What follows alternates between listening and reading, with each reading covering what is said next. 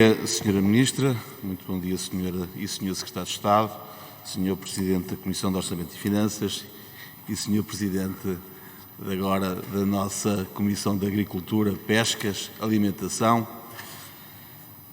Bom, é evidente que no meio disto tudo, muitas das coisas da que a Senhora Ministra disse, nós concordamos e algumas até são verdadeiras.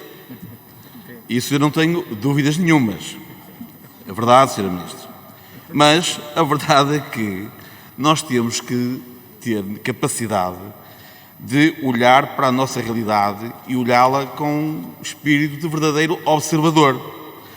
Porque há desafios, como disse aqui a deputada Fátima Ramos, das alterações climáticas, e a Sra. Ministra falou muito bem na questão da seca, do rejuvenescimento do nosso tecido agrícola empresarial, como falou a Fátima Ramos também, de criar um setor produtivo ou promover um setor produtivo agrícola mais sustentável e competitivo, o problema da inflação que neste momento vivemos e o aumento brutal dos preços de produção, ou melhor, dos preços dos fatores de produção, que aumentam de maneira os custos do produtor agrícola e que o tornam cada vez mais o elo mais fraco da cadeia de valor.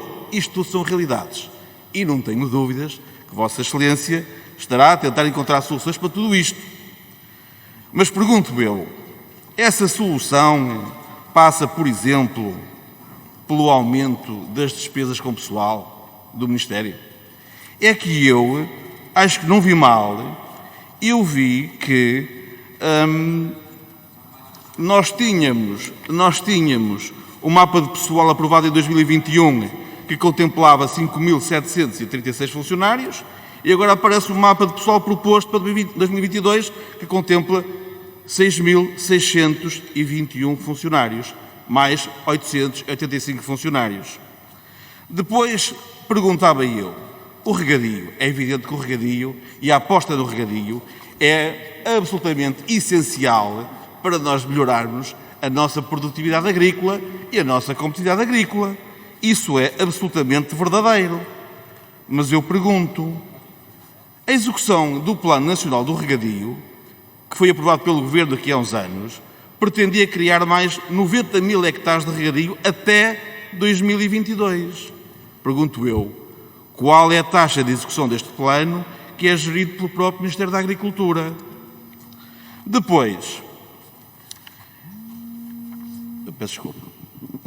é evidente que o Governo tem, obviamente, vontade, não acredito que não tenha, em garantir a nossa soberania alimentar. Pelo menos fazer alguma coisa por isso.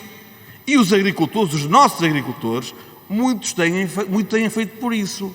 Agora, eu não sei se o Governo do seu todo valoriza muito o setor agrícola. Sabe porquê, Sra. Ministra? Porque dos 16 mil milhões de euros do PRR, apenas 2%, ou seja, 312 milhões de euros, se destinam ao setor agrícola.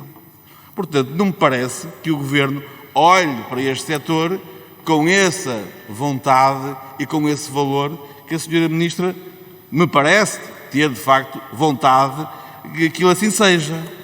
Sendo certo, como dizia aqui alguém, penso que até a minha própria colega Fátima Ramos, foi ela própria que disse, a verdade é que também não se percebe porque é que as florestas estão fora do Ministério da Agricultura.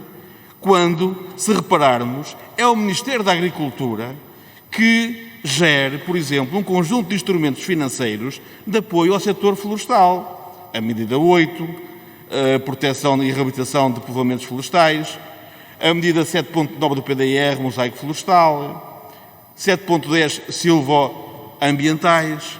Há aqui, de facto, algo que também não parece muito correto do ponto de vista da organização do próprio Governo, mas pronto, são opções. Depois, não percebo muito bem onde é que está o dinheiro aqui no orçamento para executar, digamos assim, a verba que está destinada ao PDR, designadamente aquela que veio reforçar o PDR do Fundo de Transição. Porque em todo o documento do Orçamento de Estado não foi possível verificar qual o valor exato destinado a investimento. Por exemplo, pergunto eu, tendo o PDR sido reforçado com 1.131 milhões de euros do período transitório, e o Governo tem que lá colocar naturalmente a sua parte de componente nacional, eu não vejo no orçamento nenhuma verba inscrita ou consignada para este efeito. É evidente que poderá dizer assim a senhora Ministra: mas se vir a nota explicativa que eu mandei ontem, precisamente ontem, que não substitui o orçamento, lá diz-se qualquer coisa sobre isso, mas no orçamento não vem lá rigorosamente nada. Depois, uma outra questão que eu gostava para concluir, de perguntar, eu já vou concluir mesmo, de perguntar.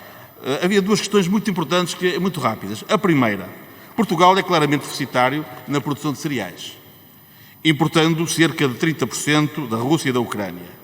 Prevendo-se dificuldades em aceder a essas importações nos próximos tempos, por força da guerra, como disse muito bem a senhora Ministra, quais as alternativas que o Ministério da Agricultura vislumbra no sentido de assegurar que nada vai faltar aos portugueses, uma vez também temos a tutela da alimentação?